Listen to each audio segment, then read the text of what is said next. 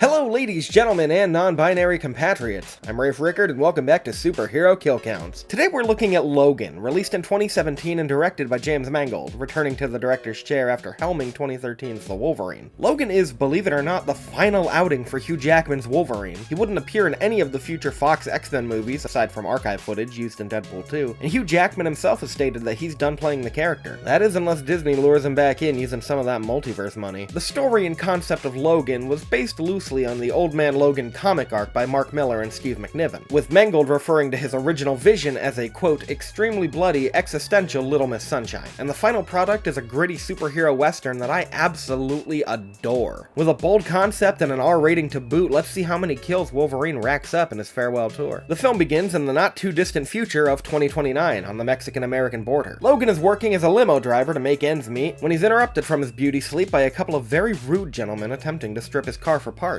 After an unsuccessful attempt on Logan's life, the Wolverine warily reveals his claws and gets to doing what he does best, and what he does best isn't very nice. He cuts off a few limbs and impales two of the guys through their heads, while he digs deep into the third one's chest. A fourth guy gets a slash on his cheek, and two more get away in their van. Now, I'm not counting that cheek slash guy as a kill, because we get confirmation that there were only 3 victims a little later on. Texas HP called and told me they found 3 dead cholos in a pullout on 54. A short opening credit montage fills us in on some much-needed exposition. At this stage in his life, Logan isn't healing as quickly as he used to, and sometime in between the ending of Days of Future Past and now, mutants have been ostensibly wiped out. Goes to show that even in a brand new timeline, mutants can't have nice things. Can't have shit in Madripoor. While on the job, Logan is approached by a woman in a cemetery, begging for his help, and he brushes her off in the nicest way he knows how. Get the fuck away from me! But that hospitality earns him a judging look from that little girl she drives away with. At his next stop, to pay off a hospital employee for some drugs, he gets another surprise visitor by the name of Donald Pierce, played by Boyd Holbrook. He tells Logan he works for a company called Alkali Transigen, and he's looking for a woman named Gabriella who stole something pretty important from him. But Logan isn't about to trust anything with the word alkali in it, so he sends Pierce on his merry way and books it to Mexico. South of the border, he's holing up with fellow mutant Caliban, now played by English comedian Stephen Merchant, replacing French-Icelandic actor Thomas Lemarquis from Apocalypse. They both work to keep their dirty little secret from the outside world. No, not their secret love affair. Unfortunately, this isn't the mutant version of Brokeback Mountain, but a mentally degrading Charles Xavier, who Logan keeps in an old water tower to avoid any psychic incidents. At least it's supposed to, seeing as Caliban says the professor is claiming to be speaking to somebody. Logan finds Charles in the middle of sundowning and tries to administer some anti-telepathy medication, which doesn't end well for Charles. It's genuinely heartbreaking to see Professor X like this, and it goes to show that even the most powerful minds in the world are susceptible to falling apart with time. Charles begins to have a seizure, which accidentally kicks his freeze everybody ability into overdrive, causing Caliban to stop breathing and forcing Logan to jab that needle directly into his chest to calm him down. I don't have any jokes here. This movie can just be a real bummer. Fuck off, Logan. So you remember who I am now? I always know who you are. It's just sometimes I don't recognize you. As the professor gets ready for bed, he tries convincing Logan that he really is telepathically communicating with a young mutant, a notion that Logan immediately shuts down, seeing as there haven't been any new mutants born in the last 25 years. There's also a subtle reference to the reason Logan is so grumpy lately, hinting that the X-Men are no longer around, but when Charles asks what happened to them, Logan leaves without answering. What did you do?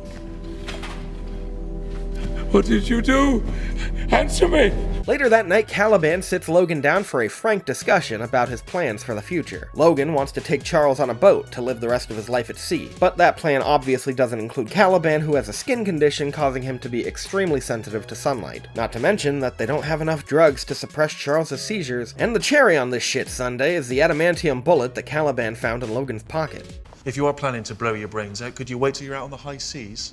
I just mop these floors. He tells Logan that he knows he's sick, but instead of having an open and honest discussion about what to do next, Logan storms out, knowing that whatever he's gonna do, he's gotta do it fast. Logan gets a ride request from a shady motel that turns out to be from Gabriella, the woman from the cemetery. She offers Logan $50,000 to drive her to North Dakota, but before they can come to an agreement, the little girl from earlier, named Laura, for all intents and purposes, accidentally breaks a window with her ball, which causes a motel manager to have a hissy fit in the parking lot. As Gabriella tries to defuse the situation, she passes out, and Logan sees that she's bleeding profusely. He helps her back into her room where she gives him 20,000 cash with the promise of the rest when they reach the coordinates written on the envelope. Obviously, Logan wants a bit of an explanation for what's going on, and Gabriella says that Pierce is trying to take her daughter Laura from her. He takes some time to consider the offer and tells Charles he'll be gone for a few days, but unfortunately, upon arriving at the motel, he finds Gabriella dead, having been shot to death while he was away. He takes her phone with him and flees the scene, and after returning home, Caliban finds Laura's ball and backpack in the trunk. Uh-oh, you've got a stowaway, bub. And holding on to those belongings isn't gonna be a good look for you when Pierce suddenly rolls up on your front lawn. He gets all up in Logan's grill asking about Laura, but a steel pipe to the skull cuts that conversation real short. And it's very funny to me that when she throws the pipe at Logan, he catches it and immediately is about to throw it back at her until Charles stops him. Dad skills? Charles confirms that Laura is the young mutant he's been talking to, and he takes her inside to have a snack, while Logan tasks Caliban with dumping Pierce's unconscious body somewhere far, far away. But that goes about as well as to be expected, because Pierce wakes up during the trip and takes Caliban at gunpoint. Logan sees Pierce's crew, known as the Reavers, approaching, and works to get Charles out of Dodge as ASAP as possible. He loads the professor into his car and takes off, oblivious to Charles's pleas to go back for Laura. But when they get surrounded, things get a little more heated. A brief tussle ensues, which ends when Pierce has Logan pinned down, and he sends his men inside to capture the girl. 3 Reavers enter the building, but only one of them makes it out. Well, his head does anyway, and that's how you get ahead in life. I guess he was trying to get ahead in the business. You know, that guy really should have quit while he was ahead. No, nothing. As Laura advances on Pierce, unsheathing her own murder claws, Pierce retreats and the killing commences. Laura starts off our massacre by slicing the throats of 2 Reavers and making a break for it. The Reavers try shooting at her, but Pierce informs them and the audience that it won't do anything because of her healing factor. That sounds familiar. As they pursue the Wolverine, she stabs 3 Reavers and slices another guy's femoral artery. He's not walking away from that. She gets harpooned through the frickin' chest and is about to be captured, but Logan comes to the rescue with a few killing blows for himself. Laura gets dragged away, but she's hiding something up her sleeve. Or her shoe, anyway. As she escapes once again with another 6 fatalities. Jesus. Sounds like someone's trying to usurp Logan's throne. But he is not about to let that happen just yet, because as he makes for the car, he stabs and slashes another 3 Reavers for himself. He picks Laura up and she shields Charles from a hail of gunfire, spitting out the bullets like the absolute badass that she is. As Pierce follows them, Logan pulls a real SpongeBob and floors it into the chain link fence, which doesn't just collapse under their car, so points for realism, movie. They put the car in reverse and the fence comes along for the ride, wiping out 2 motorcyclists and no doubt cutting them all up with that barbed wire. At least one of them manages to hang on, even though he's taken more barbed wire than Mick Foley, until he gets tossed into a wall. Laura knocks a straddler off the back window and Logan jukes 2 more into getting hit by a moving train. I mean, I don't know what they have to be upset about. I'm pretty sure a lot of people want to get railed by Hugh Jackman. With a train separating the baddies from the goodies, our heroes are safe, for now. In order to find the girl, Pierce pulls out his new prisoner, the mutant tracking Caliban, and tortures him until he agrees to follow their trail. Beware of the light. At a convenience store pit stop, Logan finally gets a moment to snoop through Gabriella's phone like an overbearing boyfriend, and he uncovers the truth that Gabriella wasn't Laura's mother. She was a nurse working for Alkali Transigen, a company responsible for artificially inseminating women with mutant DNA in order to manufacture and experiment on mutations. And Laura was born there, using a specific someone's DNA that may or may not have been taken from a certain military facility in the last movie. The phone dies before the video can finish playing, but Logan's seen enough to at least put the pieces together. She's your daughter, Logan. James Howlett, you are the father. He does get a chance to show off those dad skills, however, when he stops Laura from killing the cashier, so that's nice. After charging Gabriella's phone, Logan finds that the children were being bred as weapons, but some of them didn't like that idea, funny enough, and we see, holy shit, a kid jumping to his death. These movies got dark. What happened to the days of I'm the Juggernaut, bitch? Turns out Transigen is also working on a much bigger mutant that won't question the orders it's given. The last time something like that came out of an Alkali facility, Ryan Reynolds got a day rate. As the work on the creature progressed, the need for the children was gone. Gabriella mentions that they began putting the children to sleep, which if you've ever owned a pet, you know exactly what that means. And I see 2 sleeping children in this shot, so I might as well add them to the count. Jesus Christ. Gabriella began freeing as many of the children as she could, including this one who straight up immolates a Reaver on his way out. Based. She confesses that she lied about the money, but she didn't lie about North Dakota having a safe space for mutants known as Eden. She's not my child. But I love her. You may not love her, but she is your child. And with that parting message, she signs off once and for all. In good old Oklahoma, the trio hide out in a hotel. Hiding out? Okay, geez, I'm sorry. They hole up in a combination hotel casino for the night, and Laura goes window shopping for some new duds. And fatherly love. Been there, done that, stick with the clothes, girl. As Charles and Laura make themselves at home by hanging out and bonding over thematically relevant movies. Joey, there's no living with a killing. There's no going back from one. Right and wrong, it's a brand.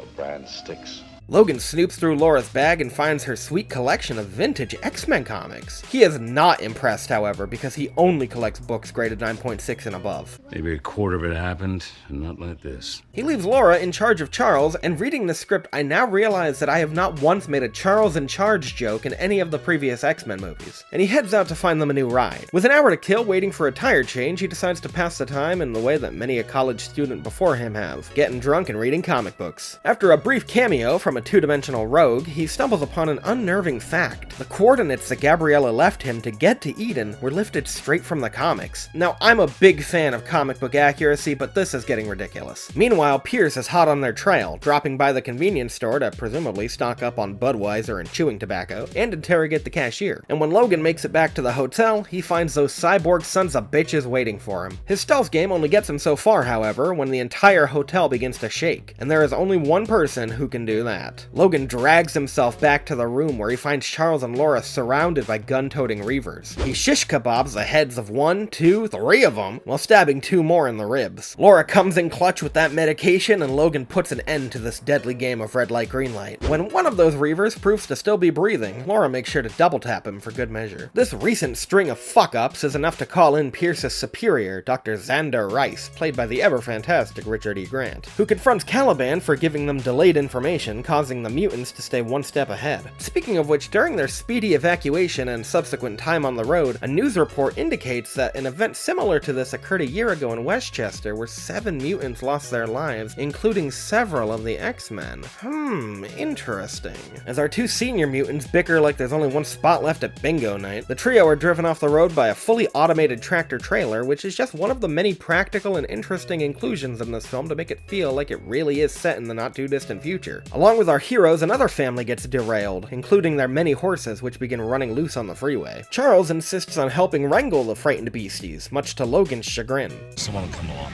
Someone has come along. He musters enough mind power to convince the horses to return to the truck, and when Logan helps them push their car back onto the road, the grateful family, comprised of patriarch Will Munson, wife Catherine, and son Nate, insists that these 3 strangers join them for dinner. There's a really lovely dinner scene where Logan, Laura, and Charles have their first taste of happiness, and I think real food, in the entire movie. And goddamn, it's just so nice to see them laughing and smiling for once. And it hurts like hell because I already know what's coming next! They're invited to stay the night, and lo and behold, things begin falling apart. Logan gets Charles tucked into bed, and after a plea from the professor to enjoy the life he has left, and a frank discussion about Eden's existence, It's not real. It is for Laura. the Munson's water gets shut off, and Logan joins Will to see what the problem is. As they mosey on through the cornfield, Will explains that a big corporation purchased this land not too long ago, using it to harvest corn syrup and just be real dicks to its inhabitants, poisoning dogs, shutting off water supplies and shit. Will's asshole landlord, so, you know, a regular landlord, shows up to cause a stir, but Logan isn't putting up with any of that shit this late in his life. And you probably hear this too. More than I'd like. He sends them on their way with his quick wit and irresistible charm, and the 2 men make their way back to the house. In Charles's room, he hears someone enter and begins to tell Logan that he remembers what happened to the X-Men. He did. It's a heartbreaking moment showcasing Charles Xavier's vulnerability as he begins to understand the way Logan lives, which is capped off with the sound of adamantium claws piercing the professor's chest. Laura attacks 2 Jackmen, which causes Nate to run in and see what's going on, only to meet his own untimely demise with a stab to the gut. When Logan and Will arrive, Will runs upstairs to see his wife's dead body and is stabbed and tossed down the stairs himself. Logan comes face to face with his clone, who henceforth will be referred to as X-24, as he captures Laura. Logan runs upstairs to check on Charles, and it seems everything is going according to Pierce and Rice's plan, until Dick Holiday over here pulls up and throws a wrench in the works. He confronts X-24, thinking it's Logan, and he offers him a job. When the beast advances, he fires a shot, causing him to tap into rage mode from that Origins video game. You remember that game? That was fun. He fucking decapitates the landowner, whose name is Jackson, by the way, and goes to town on his 6 lackeys, including one of them named Carl. Carl, that kills people! Rice tries putting a stop to this senseless violence because it was not part of the plan, while Charles laments that they never got their boat before dying of blood loss in the back of the truck. In the back of Pierce's truck, on the other hand, Caliban manages to snag 2 grenades, and with a badass sign-off. Beware the light. He blows the truck to smithereens, taking out himself, a Reaver, and all of their equipment, while Pierce makes a narrow escape. We have our second Logan-on-Logan fight for the franchise when he unleashes everything he's got on his evil twin, but that still isn't enough when X-24 gets the upper hand and begins wailing on this old man. At what point is this considered elder abuse? He's about to go for a finishing blow when he gets fucking bodied by a still-living Will Munson. He shoots X-24 all to shit with his shotgun and attempts to fire one off at Logan, but he's all out of ammo. Will is like, guess I'll die, and dies of blood loss right then and there. Logan saves Laura, and the two of them take off with Charles's body in the trunk. I've had some rough family dinners myself, but not like this. Never like this. The Reavers pick X-24 out of the grill of Munson's truck, and Rice injects him with a mysterious green liquid to enhance his healing factor and strength. I wonder if that's going to become a pivotal piece of applied phlebotinum later on in the movie. As Logan buries the professor, Laura tries some of that family bonding she's heard so much about by taking Logan's hand in consolation. Still not feeling it, huh, buddy? Sorry, Laura, maybe next time. When their truck doesn't start, Logan takes out his old man rage on it like he's in a Street Fighter II training round and passes out from his injuries. When he awakens, he's in a doctor's office being treated by a man who is a huge fan of mutants. Hey, buddy, I get it, me too. He implores Logan to get himself checked out because he's being poisoned from the inside, but Logan can't do much about having his bloodstream infected by his own adamantium skeleton. It's not like he could just Google the effects of the Weapon X procedure beforehand, and I'm sure Stryker didn't have him sign any waivers. He and Laura make their way to a car that she stole, and with only 40 minutes left in the movie, she finally speaks her first line. I don't know how you got me here, but, thank you. De nada. Logan is understandably confused, and fed up with her lack of dialogue, Laura makes up for it all right now. What? Okay, shut the fuck up! She wants Logan to take her to Eden, but despite Logan's attempts to dissuade her from this illusion, she holds firm to her beliefs. Logan puts his foot down that he is not going, and that's when the family resemblance really starts to come out. Don't fucking hit me! Don't hit me! He eventually buckles because he's really a big softy at heart, and the two set off for North Dakota. At Transigen HQ, Rice walks past a slew of mutant corpses that I don't really feel comfortable adding to this count, because it's like counting bodies at a morgue. It'd just be padding. Pierce, in the meantime, is resting up for the final battle. After discovering the coordinates for Eden, he's ready for anything. When Logan falls asleep at the wheel, Laura takes it upon herself to finish their trip. Turns out, Eden technically does exist. All of the remaining kids from the X-23 experiments banded together to turn the location into a mutant safe haven. The kids, guided by their leader Richter, nurse Logan back to health using some of that green juice they stole from Transigen. Later that night, Laura confronts Logan about his adamantium bullet, and he confirms that he was keeping it for his eventual suicide. After a shave and a haircut, 2 bits, Richter fills Logan in on the plan to cross the border to Canada for asylum. Logan gives him the 20 grand for safe travels, but then he's done. This was all he signed up for. He's planning to head off to God knows where, but Laura's not too fond of the idea of being abandoned. Bad shit happens to people I care about. Understand me? Then I'll be fine.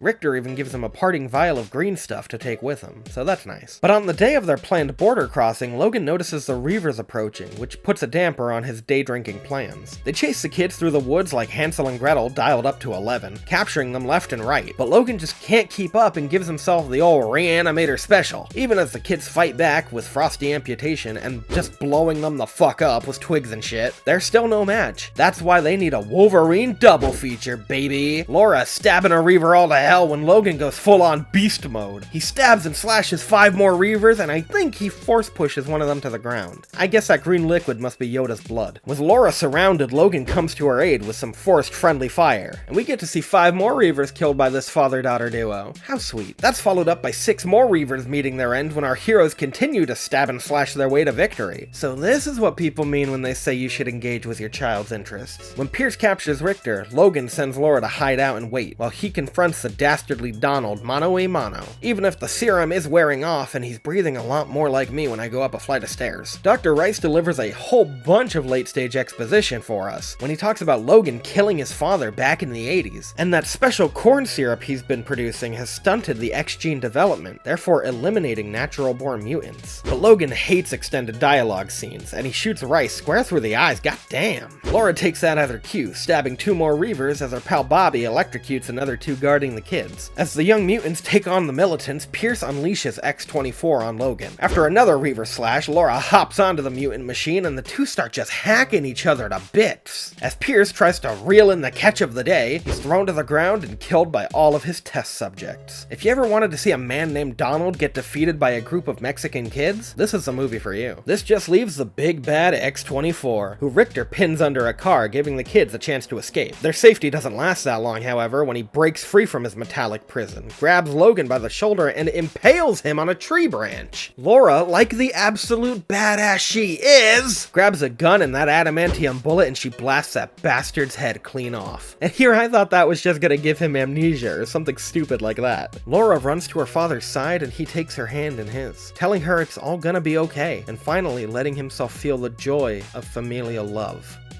Oh, so this is what it feels like. And the Wolverine dies, on his back, blood everywhere, holding his own heart in his hand. The kids bury Logan and Laura delivers a very familiar eulogy. There's no living with the killing. There's no going back.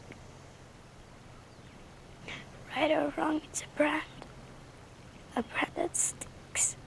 The movie ends with the others making their way to the border, and Laura staying behind just long enough to turn that cross into an X. I'm not crying, these are just my tears. Funny enough, this movie doesn't have a post-credit scene so as to not detract from the emotional ending. It actually premiered in theaters with a pre-credit scene playing before the movie, that being the Deadpool 2 teaser No Good Deed that gives us a stand-tastic cameo. And let's be honest, I can't be the only one who wants to see a Logan sequel where Wade takes Laura under his wing. You can call it Deadpool. In total, I counted 80 kills in Logan, the highest body count for any Wolverine solo movie. A fitting end for the lean, mean slashing machine. The platinum battering for coolest kill will go to the landlord Jackson, because as you all know, I love a good decapitation. And funnily enough, the rusty shield for lamest kill will have to go to Jackson's one lackey who gets his finishing blow off screen. In a movie as blood-soaked and action-packed as this, that's just not exciting. Logan came out in 2017 and was a critical and box office success. James Mangold had officially begun working on a sequel titled Laura, but